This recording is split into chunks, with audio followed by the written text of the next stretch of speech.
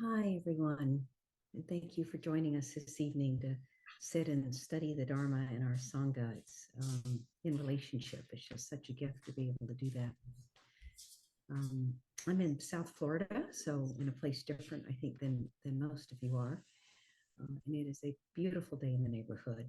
We have these slightly longer days now. I'm sure you're enjoying the extra bit of light there as well, and it's very calm.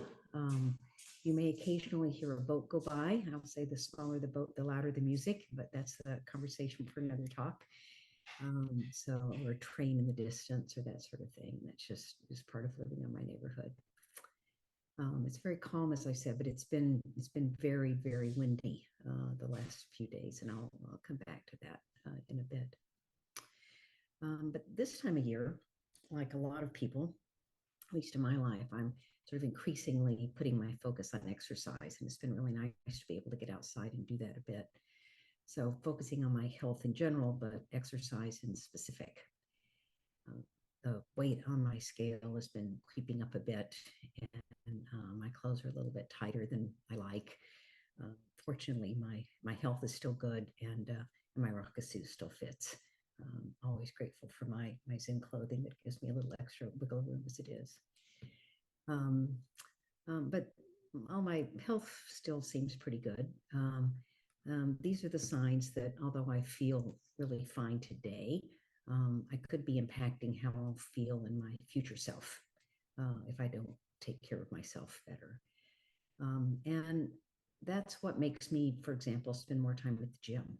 So instead of saying, cooking, which I really enjoy, or staying in bed in this cooler weather just a little bit longer to read something I find really interesting in the mornings, or have that second cup of coffee out on the porch, or even just going for a walk every day, which is healthy in and of itself, but really pushing myself a bit. So supplanting some of those walks with, pushing myself till I'm out of breath at the gym. So getting some extra cardio health, doing some things that I know are going to leave me with sore muscles because that's going to help me grow more muscle.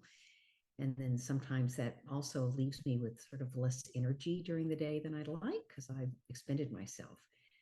But then, it always feels better after I've done it. And and so those are the days when I don't want to get out of bed that I have to ask myself, why am I doing this? And and the answer to that is purpose, right? I have a purpose that I've set out for myself, and I have a belief that doing these things is for the good, right? That I will be better off in some way for having done these things that maybe don't feel so good right in the moment. So one of my motivating purpose is what I would call living a long and healthy life. I'm going for 108, which I think is such a good number for a Buddhist. And I have two aunts in their 90s, so I have data that supports that my belief is possible. Um, and data from the world around me that doing these certain things like having a healthy heart and healthy nutrition that can support me in being a healthy, long-lived human being. I also really enjoy the gym once I get there and I get out of my head and I get into the actual being there and the doing of the things. It feels good to lift a weight and to feel strong. So this purpose begets my intention.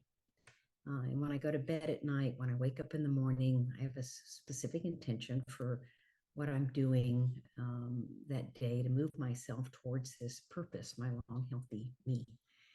But not every day and not all the time, because I'll occasionally forget my purpose, my intention, and it's why we lose sight of like our New Year's resolutions.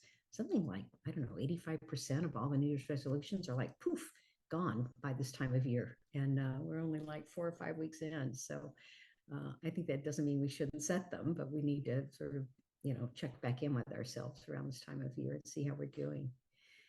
So I'm having these small wins in case I have a little new muscle growth and my heart rate on the treadmill is good. That just gives me feedback that I'm doing the right things. And then I have to think about, well, the other parts of my life. And I remember Roshi Inkyo telling me once during a period in which I wasn't studying very much, she said, with what I took as a sigh, well, I guess what really matters most is just what you're doing, right?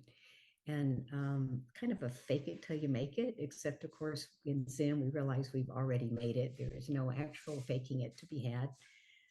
But you know, it's the what you're doing, and I would add the why you're doing it. The what we're doing really grounds us and brings us back to our purpose.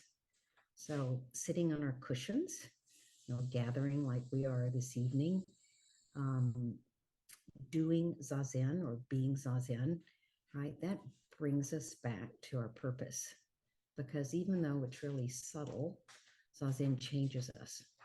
It's like lifting a weight or pushing my heart with cardio. It's just that with zazen, it isn't always quite as obvious, but it does change us. So after this conversation with Roshi, I came back into intentional practice and I increased my focus because purpose and intention. As a Zen student, I have to keep asking myself, how do I keep my behaviors aligned with my intention? And for me, it's paying attention to what happens when they are aligned, because I think about intention really, it's an offering, right? That intention is an offering of what I'm going to do with my focus of my life. And sometimes that comes out in the ways of listening to someone when they're talking to me rather than thinking about what my answer is going to be to what they're saying. It comes out as empathy rather than trying to solve their problem, just being empathetic with what's going on for them in the moment.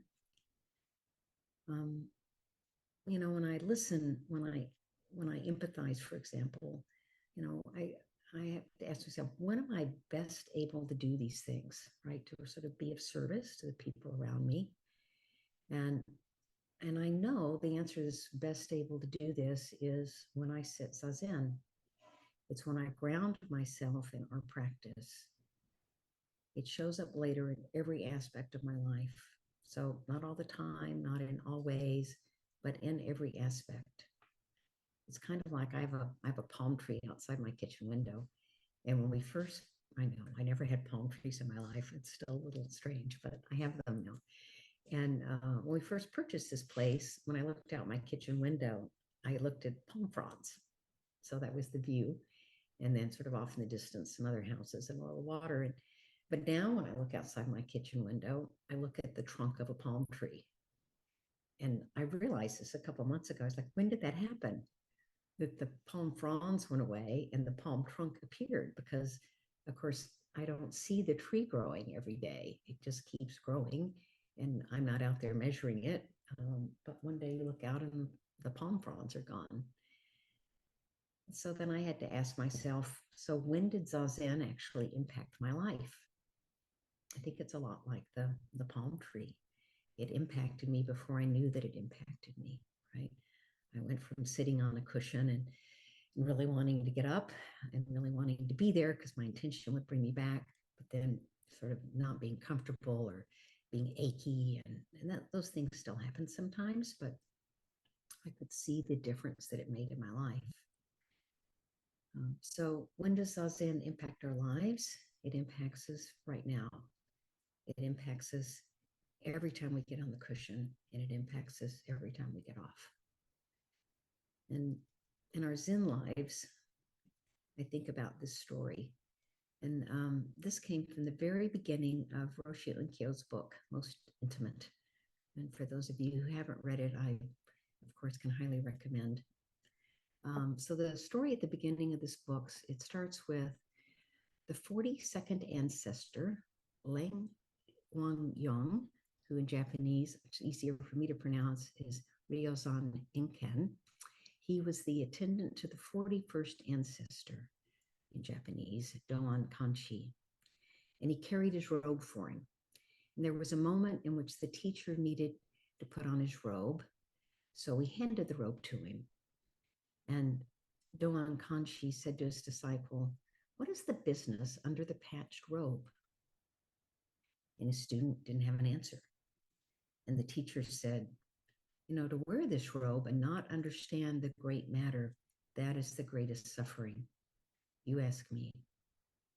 So the student asked the teacher, "What is the business under the patched robe?"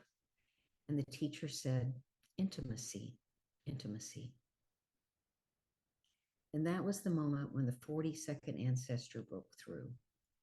He bowed to his teacher in great gratitude, and his tears flowed. And the teacher asked, "What have you understood? Can you express it?" And he said, "What is the matter under this robe? Intimacy." And his teacher said, "Intimacy and even greater intimacy." I just found that to be such a beautiful story because I know for many years I personally suffered trying to understand, right? Why didn't I understand? Sort of in a muddle about that, but with hope and belief that I would. But I think just the word intimacy, right? This is our purpose. This is our intention. This is what keeps us coming back to our cushions when we'd rather be doing something rather than being intimate on our cushions. When I'd rather be doing something at this desk rather than being intimate in the moment with what is going on in my life. And those moments of intimacy, I think for most of us are interspersed with significant periods of distraction or just sometimes feeling a bit muddled. But those moments of intimacy are impactful enough to keep me coming back to the cushion. I started with belief and hope, really hope, and then I found my purpose. And Roshi helped me see that because she helped me see that my work is service. And I would ask you just to consider that for yourself. What is your service? And I hope there's some grounding of that in your work because we spend so much of our lives, at least in this culture, working. And my work is the business under the patched robe, right? How do I do that in a way that is intimate, right? How do I have a sort of a Zen honed ability to be attentive? In my life, that shows up as often being able to see multiple perspectives where I'm confronted with a problem, to understand that there's almost always more than one truth, which I certainly did not understand earlier in my life. There was one way, and it was often just mine. And to know that for the modern enterprise, maybe there's one truth underneath everything, but just making space for more than one truth is directionally correct. And once I could see that, I approached my work differently. The attitude of how can I be of service rather than how can someone be of service to me. And those, that ladder led to things like, how do I get more clients? How do I hold on to them? Should I just do what they want me to do instead of sort of expressing my expertise so I can hold on to them? Taking or keeping a client when we're not a good fit for profit, when they're sort of just checking a box with me and not doing the work. Is that really in alignment with my purpose and my intention? It's not. And so I'm able now with my, I know this is from my Zen practice and from zazen, to be of more service because I'm more true to my purpose.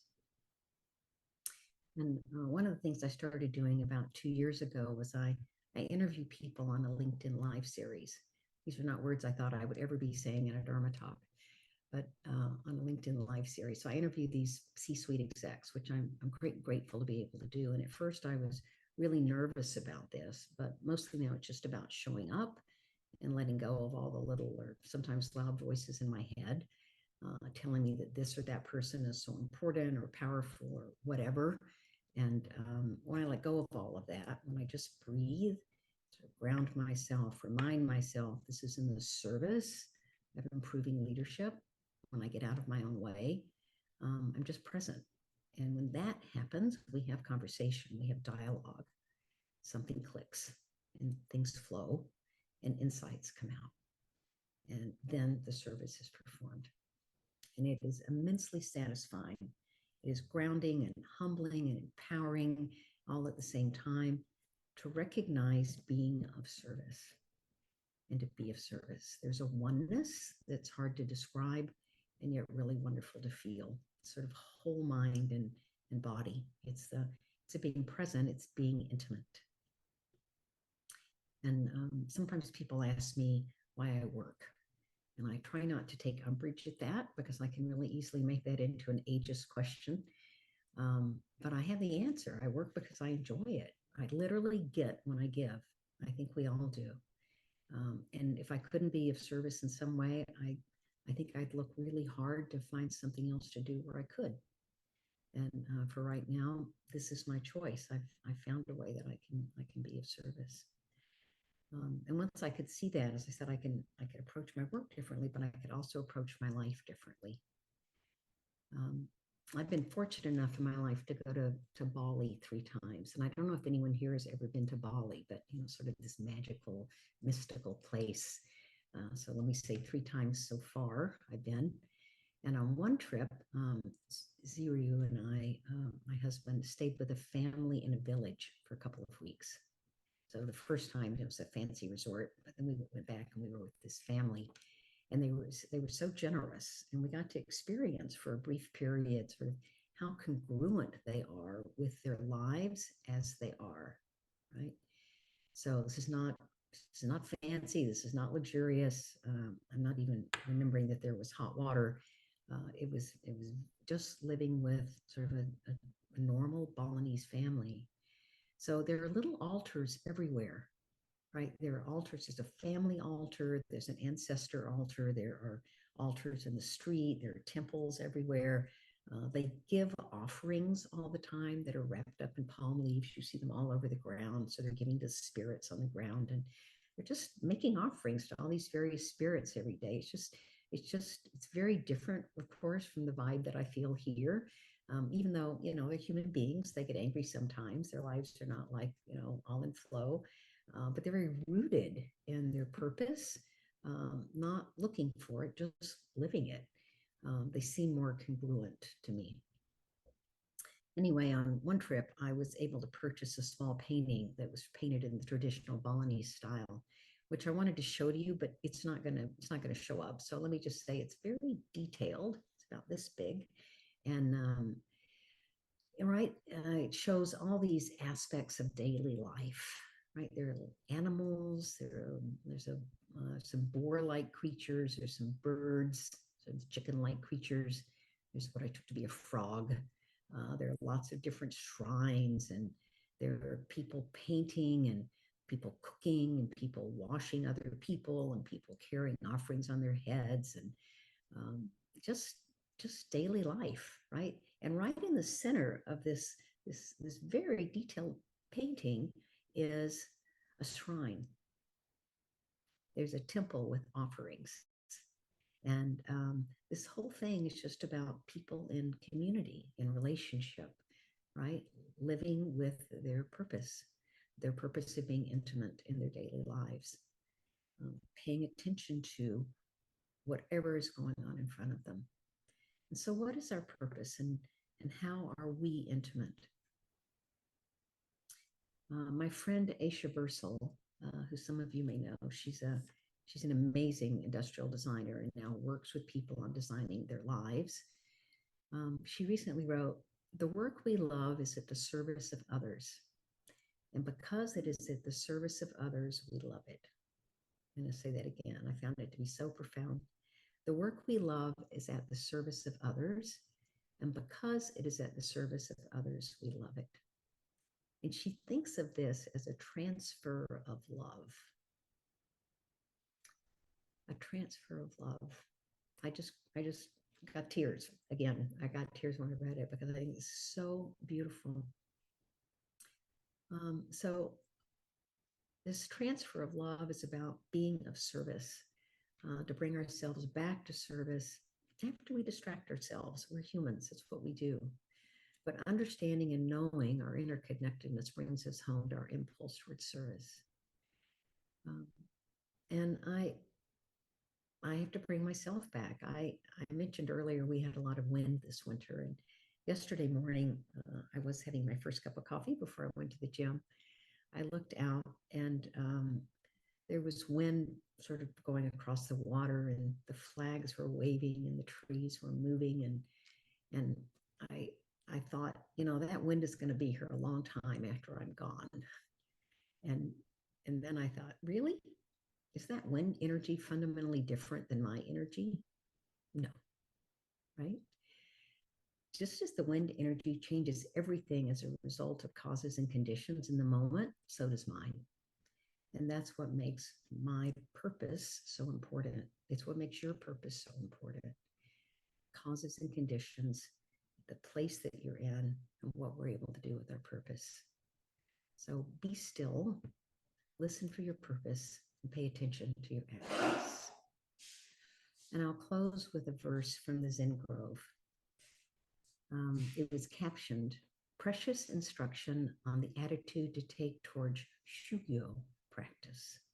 Precious instruction on the attitude to take towards your practice.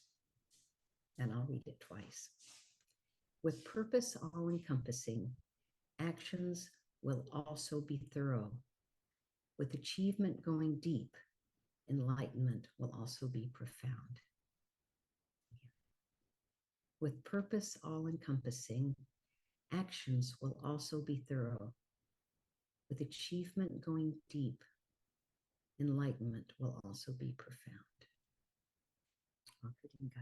Thank you.